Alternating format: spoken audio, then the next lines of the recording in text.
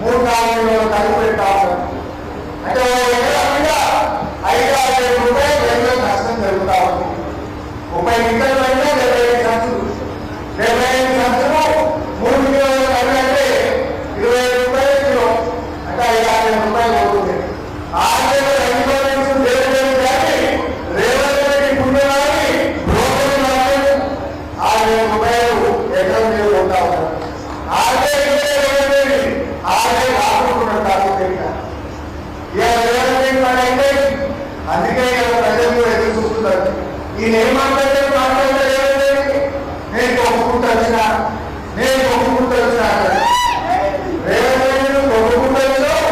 BRS party మధ్యకుంటూ వచ్చింది. ఒప్పుకుంటూ వచ్చిన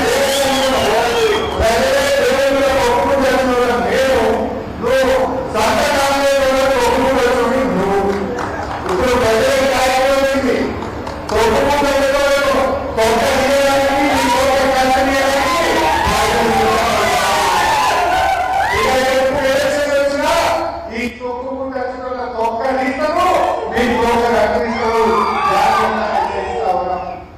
అన్ని మాటలే. ఏం చేస్తాం? 2 లక్షల ఉద్యోగాలు ఇచ్చిందా? లేదు. విద్యార్థులకు ఫీజు రియంబర్స్మెంట్ వచ్చిందా? లేదు. తులం బంగారం వచ్చిందా? లేదు. ఏ పథకం? విద్యార్థులకు మోసం, నిరుద్యోగులకు మోసం, రైతులకు మోసం, మహిళలకు మోసం, ఉద్యోగులకు మోసం, రిటైర్డ్ ఉద్యోగులకు మోసం, మైనారిటీలకు మోసం, బీసీలకు మోసం, దళితులకు మోసం, గిరిజనులకు మోసం. అరే ఎవరైనా నువ్వు చేసింది ఒకరికన్నా ఉంటుందా అని అడుగుతా ఉన్నా. మా అక్క చెల్లెలకు నెలకు 2,500 మహాలక్ష్మి అన్నాడు. ఉంటుందే కూర్చున్నాను. మైనారిటీలకు 4,000 కోట్ల బడ్జెట్ పెట్టిండు. जितना केसीआर साहब किया उतना भी नहीं किया केसीआर साहब के जमाने में जो पैसा हर साल मुसलमानों को देते थे उसने आधा पैसा भी आज कांग्रेस पार्टी नहीं दे रहा. बात तो करोड़ों में रेवंत रेड्डी का काम करोड़ों में भी नहीं है. इसके लिए कुछ भी नहीं मिल रहा. यह दलितुలు గిరిజనులు एससी एसटीలకు సప్లై నిధులు ఖర్చు కావాలంటే సప్లై నిధులు ఖర్చు కాక ఒక్కరికి కూడా ఏసీ కార్పొరేషన్ వారిలో 2.5 సంవత్సరాలు ఒక్క స్టూడెంట్ కానీ ఒక్క నిరుద్యోగికి కానీ ఇంతవరకు సహాయం అనేటువంటి పరిస్థితి లేదు. ఇలా అన్ని వర్గాలను మోసం చేసుకుంటూ వచ్చింది కాంగ్రెస్ పార్టీ. అందుకే నేను ఇలా మీతో కూడా ఒకటే కార్యకర్తలు కలిసిమెలిసి ఉండండి. ఆనాడు కేసీఆర్ పాలనలో చాలా మంచి కార్యక్రమాలు జరిగినాయి. ఈ నియోజకవర్గం ఎంతగానో అభివృద్ధి జరిగింది. మోతే కానీ అదేవిధంగా నడిగూడెం కానీ మునగాల కానీ ఆ రోజు కాళేశ్వరం జలాలు తెచ్చి ఈ ప్రాంతంలో పాలించింది టీఆర్ఎస్ పార్టీ. అంతకుముందు ఉత్తమ్ కుమార్ రెడ్డి ఎమ్మెల్యే ఉండే మంత్రిగా ఉండే ఎక్కడైనా మోటెన్నో మునగాల కాలంలో నడిగూడెం ఎస్ఆర్ఎస్పీ కావాలని నీళ్ళు వాడినాయా? టీఆర్ఎస్ వచ్చినాకనే ఆ ఎస్ఆర్ఎస్పీ స్టేజ్ పనులు పూర్తి చేసాం. గోదావరి జలాలను కాళేశ్వరం జలాలను ఆ ప్రాంతంలో పాలించి చూపించాం. ఇవాళ మా మల్లయ్య గారు ఓడిపోయినా కోడాలని అనుకుంటారు. ప్రజల రససుఖాల్లో ఉన్నాడు. కానీ ఆన్లైన్ వీడియో కాల్ ఎమ్మెల్యేతో మాట్లాడాలి, వీడియో కాల్లో మాట్లాడాలి. అది కూడా లోకల్ మండల పార్టీ ప్రెసిడెంట్ లేదా పెద్ద నాయకుడు పట్టుకుంటే పలానా టైపు వ్యాపారానికి పోతే ఎక్కడి నుంచో వీడియో కాల్ వస్తుంది. ఇక వీడియో కాల్ ఎంతనే కావాలా? మీ కాలంలో చేసిన ప్రజలు మీరు ఆలోచించండి. చెప్పుడేమో చాలా కట్టిండ్రు. ఇక అంతా ఉన్నది. 2 రోజుల కోసం వస్తుంటారు. ఏదైనా ఆపద సంపర్కం వచ్చే పరిస్థితి ఉందా? అప్పుడప్పుడు ఉంటుంది. అంత గాలి వస్తుంది. గాలినే వస్తుంది. రప్పలకు ఒక్కొక్కరికి రోడ్డు మన గాలినే పోతుంది. ఓ బాధ లేదు, రైతుల కష్టాలు చూసింది లేదు, కార్యకర్తలు పట్టించుకున్నది లేదు. మీకు తెలుసలేదా? బాగా ఆలోచించండి. ఇక రాష్ట్రంలో ప్రజలు మళ్ళీ కేసీఆర్ పాలన రావాలనుకుంటున్నారు. ఈ కసాయి కాంగ్రెస్ పోవాలి. కావాలి కరోనా వచ్చి 2020-21లో కరోనా వచ్చిన రైతు బంధు ఆపలేదు కేసీఆర్. 2020-21లో కరోనా వచ్చి బీహార్ హవాలీలో ఎక్కిపోయింది. అక్కడ బీహార్ చీఫ్ సెక్రటరీకి మాట్లాడి, ఢిల్లీలో రైల్వే మంత్రికి మాట్లాడి ప్రత్యేక రైలు వేసి బీహార్ నుంచి హవాలీలో తెప్పించి రైతులకు ఇబ్బంది కాకుండా వడ్లు కొన్నది కానీ కేసీఆర్ ప్రభుత్వం కాదా? కరోనాలో 93 లక్షల మెట్రిక్ టన్నుల వడ్లు కొన్నాం. ఇప్పుడు కరోనా అనేది ఏం లేదు, ఎందుకంటే ఉత్తమ్ కుమార్ రెడ్డి నేను మాట్లాడుకుంటూ 15 లక్షలు కొన్నాడు. నువ్వు చెప్పింది 90, కొన్నది 17. ఇంకెప్పుడు కొట్టు? మరి మన కేసీఆర్ 93 లక్షలు కొన్నాడు కదా, 17 లక్షలకే గుండె కొనుక్కుంటే 93 లక్షల మెట్రిక్ టన్నులు కొన్న బీఆర్ఎస్ ఏమని చెప్పుకోవాలి? అదే కరోనా వచ్చినా రైతు బంధు ఆగలేదు, కరోనా వచ్చిన బీఆర్ఎస్ పాలనలో వడ్ల కొనుగోలులో రైతులకు ఇబ్బంది కాలేదు. ఈ కాంగ్రెస్ కరోనా కంటే డేంజర్ అయిపోయింది, కరోనా కంటే డేంజర్ అయింది. కరోనా మనుషుల ప్రాణాలు తీసింది. కాంగ్రెస్ రైతుల ఉసురు పోసుకుంటా ఉంది, రైతులను ఏర్పిస్తా ఉన్నది. ఇలా రైతులకు అన్ని కష్టాలు. ఎరువు బస్తాలు కావాలంటే కష్టాలు, ఎరువు బస్తాలు కావాలంటే కష్టాలు, కరెంటు కష్టాలు, సాగునీటి కష్టాలు, రైతు బంధు కష్టాలు, పంట అమ్మాలంటే కూడా కష్టాలు. దీనికి కోరాలు కొట్టి కోరాతో ఆటోస్ కేంద్రానికి యూరియా అమ్మలే వాడు, యూరియా అమ్మద్దన్నాడు. యూరియా అమ్మద్దన్నాడు. యూరియా కూడా బంగారం పెట్టి బంగారం దొరుకుతుంది కానీ యూరియా దొరకలేదు రేవంత్ కాలంలో. ఇక షాపు పోతే యూరియా అమ్మ బంద్ పెట్టింది, బ్యాగ్ పెట్టింది. మరి కూరగాయలు పండించే రైతులు ఉంటారు, బత్తాయి తోటలు ఉంటాయి, చెరుకు తోటలు ఉంటాయి, పామాయి తోటలు ఉంటాయి. మరి వాళ్ళకి యూరియా పడ్డా వాళ్ళైతే వేయాల్సిందే కదా.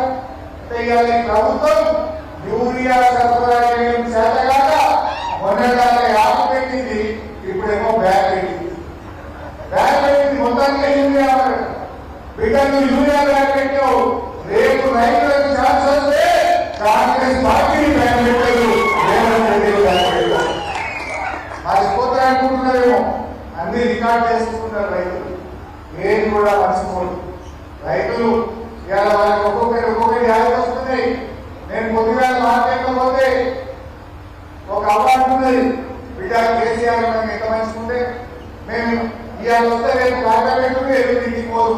24 రోజులు అయినా వాటి పోతే ఏ గవర్నమెంట్ అని చెప్పి తింటా ఉన్నారు. రేవంత్ రెడ్డికి ఢిల్లీ పోతుంది కానీ మరి ఒక ఊరికి వచ్చే కన్నా వడ్ల కొనుగోలు కేంద్రం చూసుకుంటా. ఉత్తమ్ కుమార్ రెడ్డి ఇంత మాట్లాడుతూ రా ఒక వడ్ల కొనుగోలు కేంద్రం దగ్గర రైతుల బాధలు విను, రైతుల కష్టాలు విను.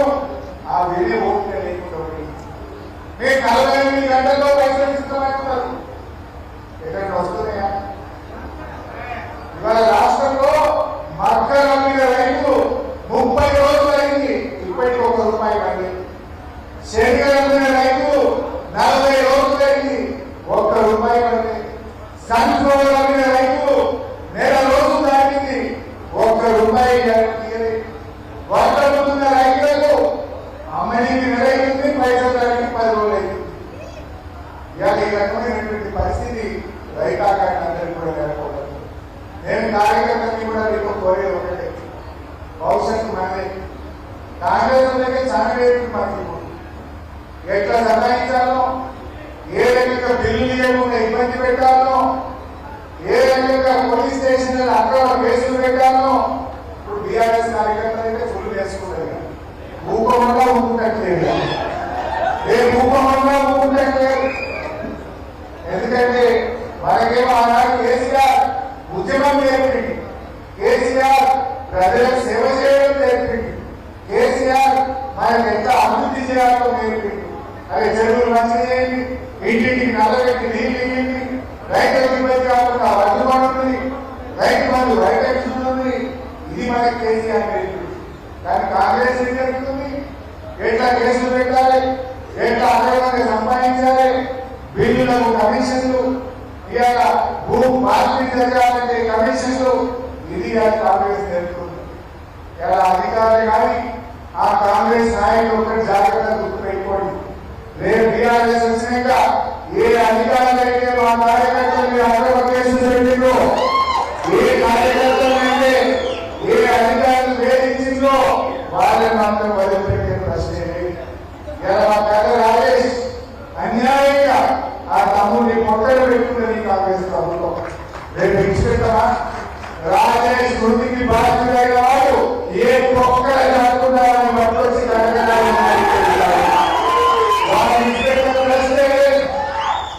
తగిన మూల్యం చెల్లించాల్సి వస్తుంది. తగిన దగ్గర పడేది సగం పీరియడ్ అయిపోయింది. ఇక ఏమున్నాయి కదా మనం చూసినాం కదా, ప్రభుత్వాలు మారుతున్నాయి.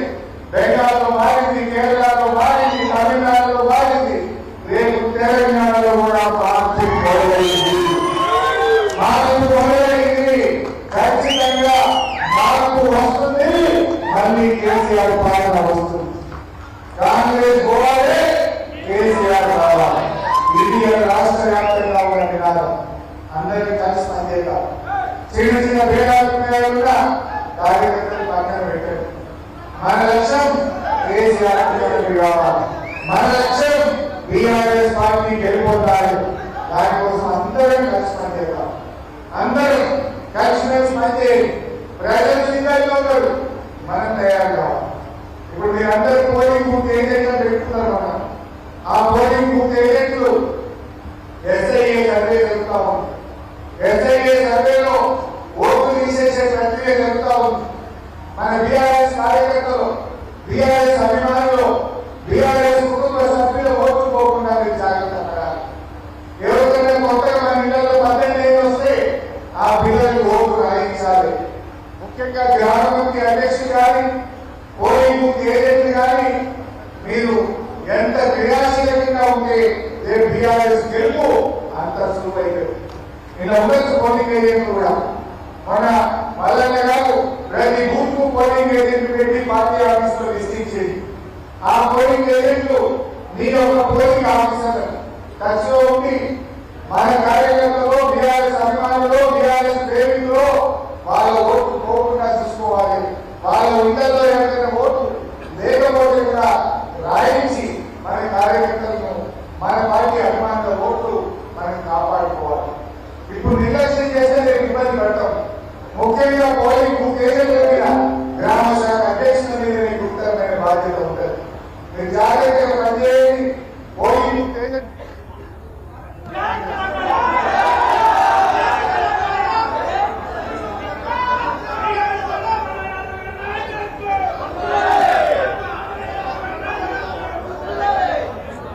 జనరేటర్ లేదు.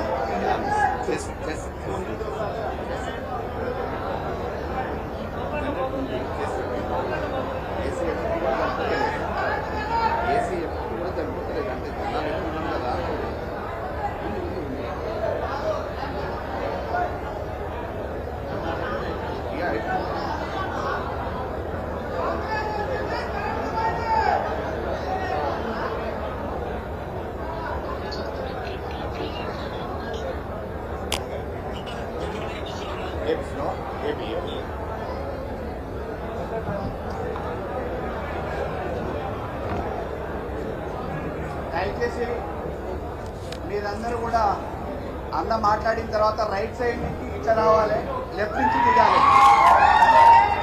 మళ్ళీ ఇట్లా రావద్దు, ఇట్లా రావాలి, ఇట్లా పోవాలి. ప్లీజ్ అయిపోయింది. సో ఈరోజు ఆ ఎస్ఐఏ సర్వేని కూడా మన కార్యకర్తలు జాగ్రత్తగా చేసుకోవాలి. బహుశా మీరందరూ పేపర్లో చూస్తుంటారు, మన కేసీఆర్ గారు కమిటీలు రద్దు చేస్తూ కొత్త సభ్యత్వ కార్యక్రమాన్ని కూడా చేసుకోవాలని పార్టీ నిర్ణయించింది.